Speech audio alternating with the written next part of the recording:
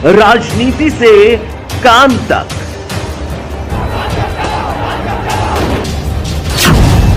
अपराध से अंजाम तक, खेत से खलिहान तक, खिलाड़ी से मैदान तक, आईफा की धमाकेदार रात, सितारों से आसमान तक, अब हर खबर पर होगी हमारी नजर। पल पल बदलती देश और दुनिया की हर खबर पाइए सीधा अपने मोबाइल पर।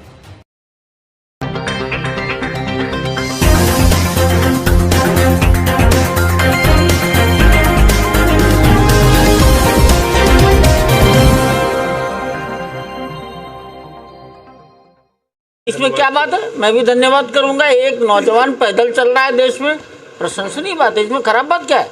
आलोचना किसने की है? अभी मैं राष्ट्रीय स्वयंसेवक संघ का कार्यकर्ता हूं। संघ में किसी ने आलोचना की है क्या? प्राइम मिनिस्टर साहब ने उनके पदयात्रा की आलोचना की है क्या? एक नौजवान देश का भ्रमण कर रहा है, देश को समझ रहा है, ये प्रशंसा की बात है। 50 साल का नौजवान हिंदुस्तान के 3000 किलोमीटर दूरी को पैदल चलेगा और इस मौसम में भी चलेगा, तो इसको अप्रिशिएट ही करेंगे हम। तो आप यात्रा का स्वागत करते हैं? यात्रा का स्वागत नहीं, यात्रा हो रही है। मैं तो कहता हूँ आप सबको भी और हिंदुस्तान की पदयात्रा करके भारत का अध्ययन करना चाहिए। आप सब पत्रकारों को।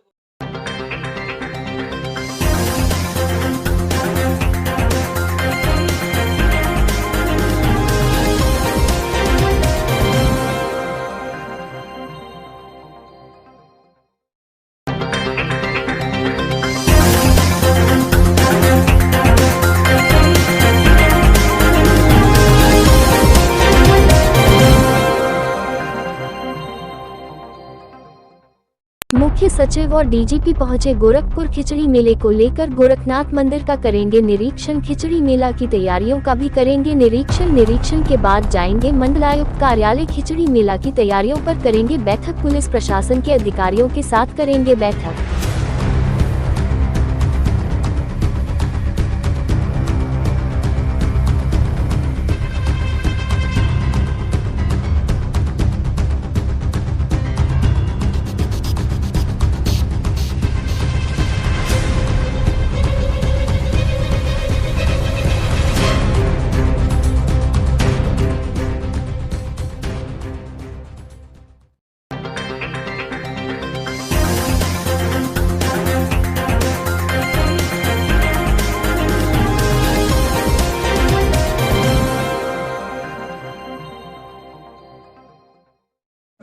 हालांकि सरकार तो पार्टी नहीं है, लेकिन उन लोग सरकार से मदद की गुहार कर रहे हैं, तो सरकार का क्या स्टैंड इसमें रहना होगा? देखिए, अभी चूंकि मामला न्यायालय में है और जो भी न्यायालय का आदेश होगा, और हम हमेशा कानून को, संविधान को, सबको मानने वाले लोग हैं, जो भी विधि सम्मत न्यायालय का फैसला होगा सरकार उस पर काम करेगी। लेकिन सर, इसमें पॉलिटिक्स भी की जा रही है। एक सपा का डेलीगेशन आ रहा है, या हरीश रावत जी उपवास कर रहे हैं, तो ये लगने का कि अभी सुप्रीम कोर्ट के देखिए, सभी को माननीय न्यायालय पर भरोसा करना चाहिए, उन पर विश्वास करना चाहिए। हमारी संस्था है और हम सब लोग न्यायालय को मानते हैं, और सरकार के स्तर पर न्यायालय का जो भी निर्णय आएगा वो हमको मानना है।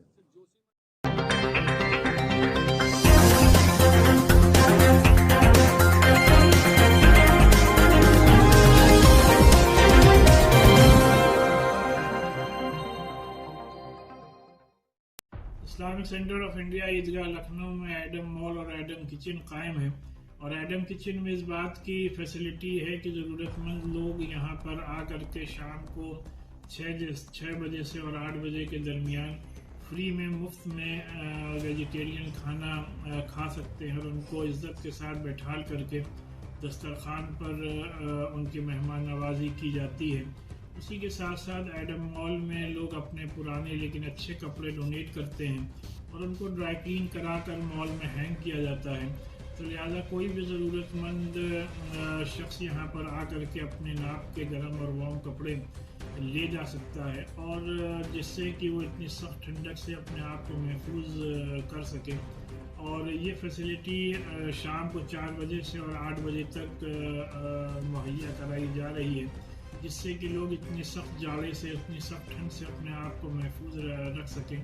और ये काम ज़ाहिर बात है खिदमत खल्क़ सोशल सर्विस के जज्बे से किया जा रहा है, क्योंकि पैगम्बर इस्लाम ने हम सबको इस बात का हुक्म दिया है कि ज़रूरतमंदों की ज़रूरत को पूरा करना भी एक बड़ी इबादत है।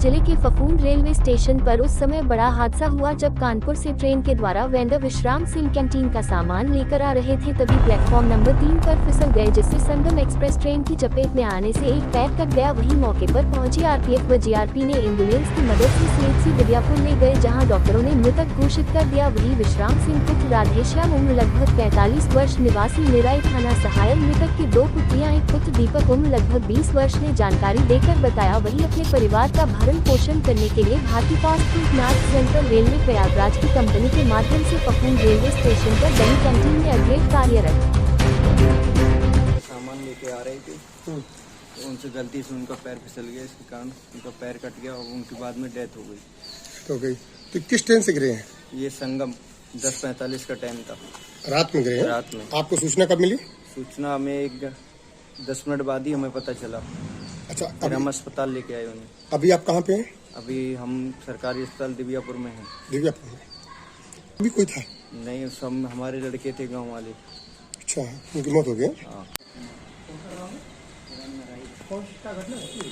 ये पापा मेरे वेंडर का काम करते हैं, उधर से सामान लेके आ रहे थे, तो उनसे गलती से उनका पैर फिसल गया, इसके कारण उनका पैर कट गया और उनकी बाद में डेथ हो गई। तो किस ट्रेन से गिरे हैं? ये संगम 10:45 का टाइम था, रात में गिरे हैं? रात में। आपको सूचना कब मिली? सूचना हमें 10 मिनट बाद ही हमें पता चला। अच्छा, फिर हम अस्पताल लेके आए उन्हें। अभी आप कहाँ पे हैं? अभी हम सरकारी अस्पताल दिव्यापुर में हैं। दिव्यापुर में अभी कोई था? नहीं, सब हमारे लड़के थे, गांव वाले। अच्छा, उनकी मौत हो गई।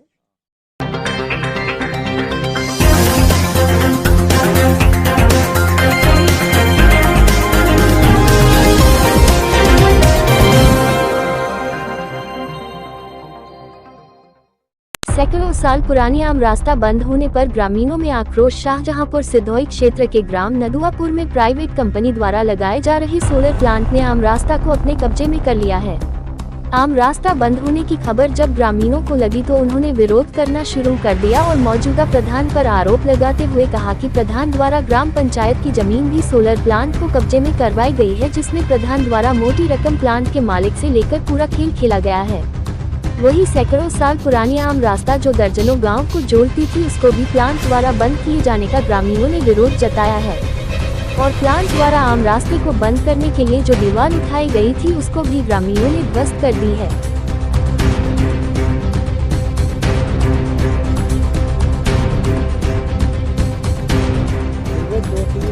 नरेगा चल चुका था, ये 4-6 गांव की रास्ता यहाँ पर थी।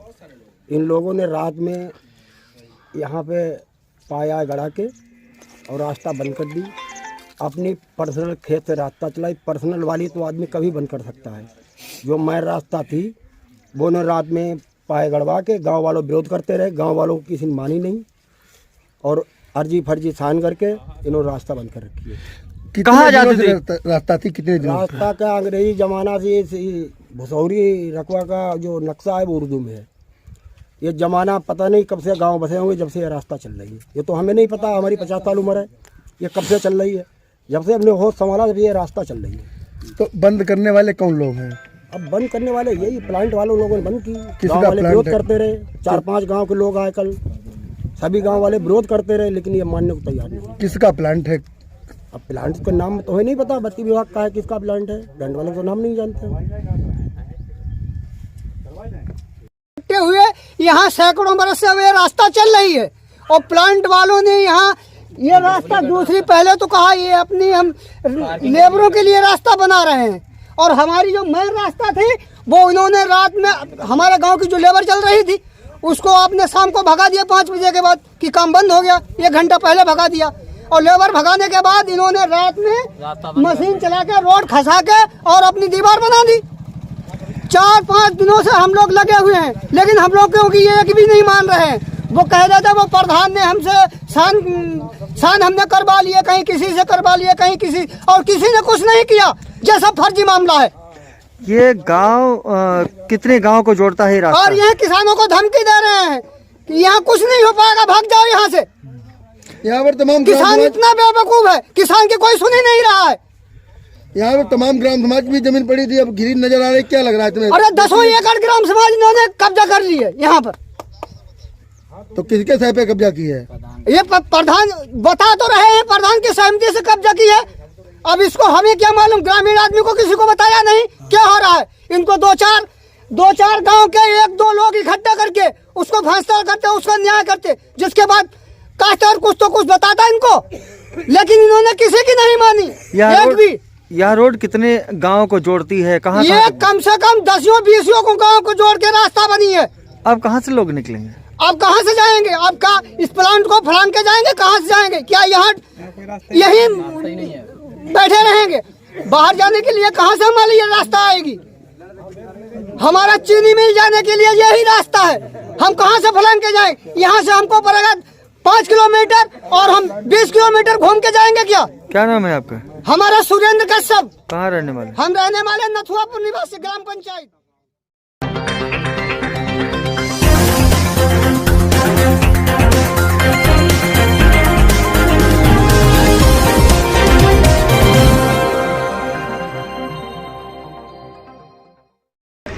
देखिए, प्रकाश आंबेडकर जी का जो बयान है उनसे पूरा देश सहमत है।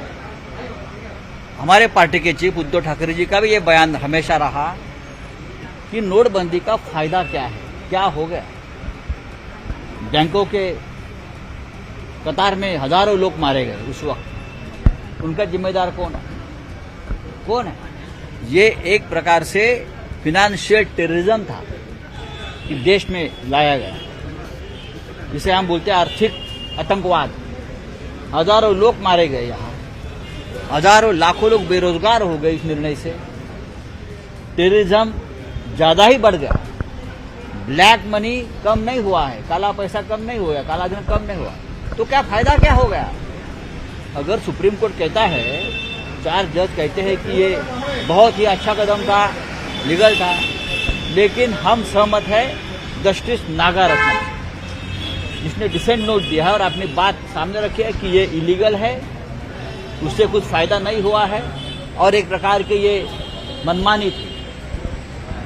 यही लोगों की आवाज है। लेकिन फिर भी अगर न्यायालय ने निर्णय दिया है, हम न्यायालय को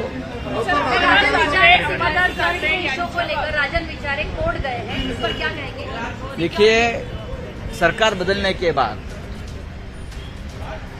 बदलने के बाद अचानक हमारी सबकी सिक्योरिटी खत्म कर दी। जैसे कि हमें कोई धोखा ही नहीं है, ठीक है, हम डरते नहीं, हम तो अकेले होने वाले लोग। लेकिन सिक्योरिटी किसकी बढ़ाई? ये जो 40 लोग गद्दार और जो सरकार के साथ है, उनकी सिक्योरिटी बढ़ा दी। आगे पीछे अब ताफा कारवां चल रहा है, चलने दो। उनको किससे धोखा? लेकिन उनके घर के कुत्ते और बिल्ली को भी सिक्योरिटी दी। आप देख लीजिए जाकर, उनके घर में जो कुत्ते और बिल्लियां हैं, उनके घर में जो नौकर चाकर है, उनको भी सिक्योरिटी सरकार ने दी है। आप देख लीजिए, पूरा मामला कोर्ट में आ जाएगा।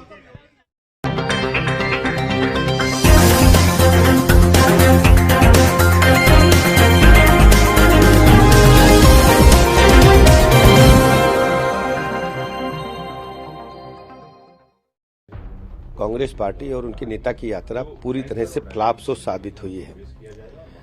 उत्तर प्रदेश से होकर के गुजरने की उनकी हिम्मत नहीं पड़ी, क्योंकि वो चुनाव के दौरान अपने उन साथियों को, उन भाई बहनों को विलखता हुआ छोड़ करके चले गए जिन्हें उन्होंने कई बार देश की सबसे बड़ी पंचायत संसद में भेजा, और उन्होंने केरल को अपना लिया था। उत्तर प्रदेश में किनारे किनारे जा रहे हैं। उत्तर प्रदेश से इनका कोई लेना देना नहीं है। तो ग्लोबल इन्वेस्टर समिट को लेकर मुख्यमंत्री का मुंबई का दौरा। माननीय मुख्यमंत्री जी अभी मुंबई जा रहे हैं और सभी मंत्री जिनका जिनका दायित्व इस दिशा में लगाया गया है वो विभिन्न प्रदेशों की राजधानी की यात्रा करके निवेश के लिए उद्योगपतियों को आमंत्रित करेंगे। उनको लेकर के फरवरी माह में आने वाले ग्लोबल इन्वेस्टर समिट के लिए आमंत्रित करेंगे। सर, कैंसर, डायबिटीज और दिल की बीमारियों की पहचान के लिए यूपी में अभियान चलाया। अभी 15 जिलों को हमने चिन्हित किया है जहां पर इस प्रकार के मरीज अधिक हैं। उनको हम चिन्हित करके उनका समय से इलाज मिले, पहले उनकी जांच करेंगे, उनको दवाइयां उपलब्ध कराएंगे। इसके अलावा कैंप लगा करके एक एक व्यक्ति की जांच भी कर सकते हैं। यदि कोई बीमार मिलेगा तो उसका हम इलाज की सुव्यवस्थित चिंता करेंगे। सर, सड़क सुरक्षा सप्ताह की शुरुआत हो रही है, लखनऊ में भी क्या इसकी शुरुआत? अभी हम सड़क सुरक्षा सप्ताह नहीं, ये पूरे माह चलाएंगे 4 तारीख से लेकर के, और हम आने वाली 3 फरवरी तक चलाएंगे। और इसमें सभी विभागों के समन्वय को हमने एक साथ मीटिंग किया है। इसमें शिक्षा विभाग है और आबकारी विभाग है, पीडब्ल्यूडी विभाग है, नगर विकास है, पंचायती राज है, कि जितने भी हमारे सड़कें हैं, एक तो हमें स्पीड लिमिट में चलना है। जहां पीडब्ल्यूडी की सड़कों पर ब्लैक स्पॉट हैं, जहां पर एक्सीडेंट अधिक होते हैं, वहां पर हम रंबल स्ट्रिप बनाएंगे या चिन्ह लगाएंगे जी यहाँ पर दुर्घटना बाहुल्य इलाका है। इसके अलावा जो आबकारी की दुकानें हैं वो हाईवे से और सड़क मार्ग से हम हटाएंगे। इसके अलावा जो हमारी एम्बुलेंसेज हैं वो तत्काल रूप से हाईवेज पर उपलब्ध रहें, जिससे तत्काल उनको हम ट्रामा सेंटर भेज करके उनका सुव्यवस्थित इलाज करा सकें। स्पीड डिटेक्टर वगैरह भी लगाए जाएंगे? हाँ, जो अभी हमने एक्सप्रेस वेज पर लगा रखा है कैमरे जो ऑटोमेटिक चालान करते हैं, ऐसे हम अन्य हाईवेज पर भी लगाने पर विचार कर रहे हैं। सर, सुप्रीम कोर्ट में राज्य सरकार द्वारा SLP दायर अभी माननीय न्यायालय में तो कहना कुछ अच्छा नहीं होगा। अभी रिजल्ट परिणाम जो न्यायपालिका से आने वाला हो जाएगा तब।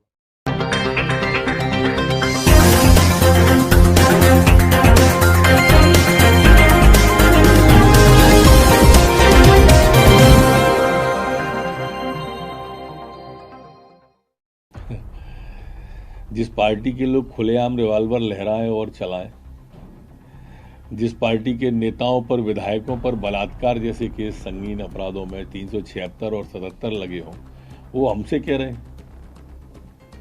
राहुल गांधी को उस पर डॉक्टर गोविंद सिंह का कहना है कि जब उनका आशीर्वाद और रामलला का आशीर्वाद मिल गया है तो सरकार हमारी बनेगी, केंद्र में भी होगा, प्रधानमंत्री जी पुजारी हैं। इसी को दिवा स्वप्न कहते हैं। और ऐसे स्वप्नों में अगर वो विचरण करती है कांग्रेस तो हमें क्या दिक्कत है। मैंने विधानसभा में भी कहा था, मैं अभी भी कह रहा हूं कि 10 सालों में दिल्ली में नेता प्रतिपक्ष नहीं बना और आने वाले चुनावों में मध्य प्रदेश में भी नेता प्रतिपक्ष बनाने लायक लोग नहीं आए। प्रियंका गांधी कह रही है सर कि मेरे भाई को कोई खरीद नहीं सकता है, लगातार फोटो आ रहे हैं दोनों भाई बहनों से, हमारे जिला में भी डालेंगे। ये खरीदने बेचने की बात प्रियंका जी भूली नहीं है।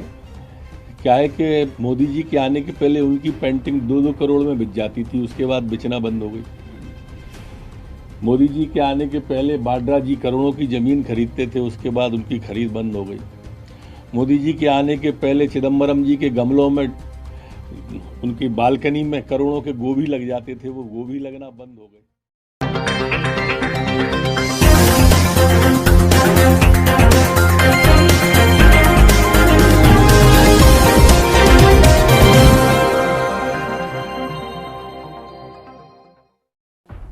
सुप्रीम कोर्ट में विषय विचाराधीन है। राज्य सरकार अवैध धर्मांतरण न हो इसके लिए कटिबद्ध है। हम अपने पक्ष को मजबूती के साथ में सुप्रीम कोर्ट में रखेंगे। संभवतः 7 तारीख को सुनवाई होगी। इसमें किस तरह की कार्रवाई आप तक सरकार ने? जो भी कार्रवाई होगी, अभी ज्यादा बोलना चूंकि मामला सब जुडिस है इसलिए ठीक नहीं है। वर्गवार जानकारी जुटा रही है कि किस वर्ग की कितनी संख्या है और उनके प्रमुख लोग जो बड़े लोग हैं उनकी भी अलग से जानकारी जुटा रही है, प्रभावशाली लोग। देखिए, कांग्रेस हमेशा से जातिगत राजनीति करती आई है और उसका दुष्परिणाम कांग्रेस भोग भी रही है।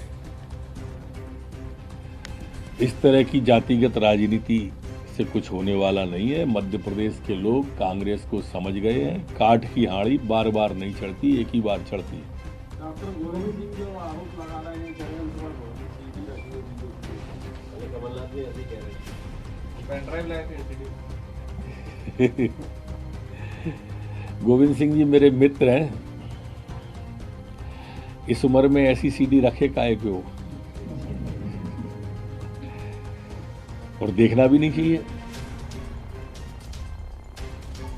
भजन की उम्र में गजल की कोशिश नहीं करना चाहिए।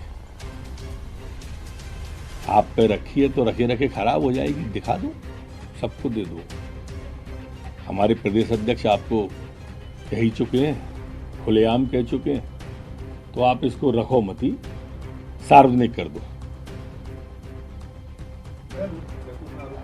भोपाल जिले में एक ही युवक ने हरकत की का मामला था, इसमें मामला दबाने की कानून नहीं किया था और भी लोगों के साथ निशान बनाया हुआ, गंभीर धाराओं में ही मामला दर्ज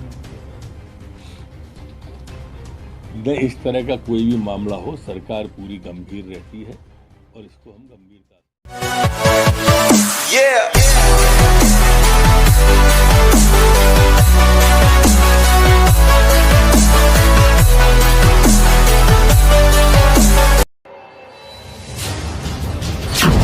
राजनीति से काम तक,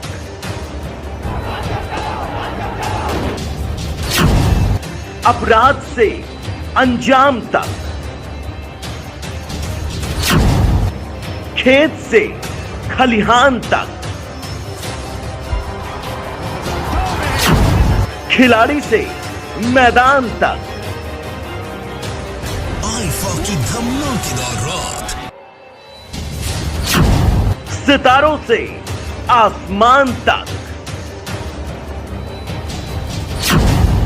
अब हर खबर पर होगी हमारी नजर। पल पल बदलती देश और दुनिया की हर खबर पाइए सीधा अपने मोबाइल पर।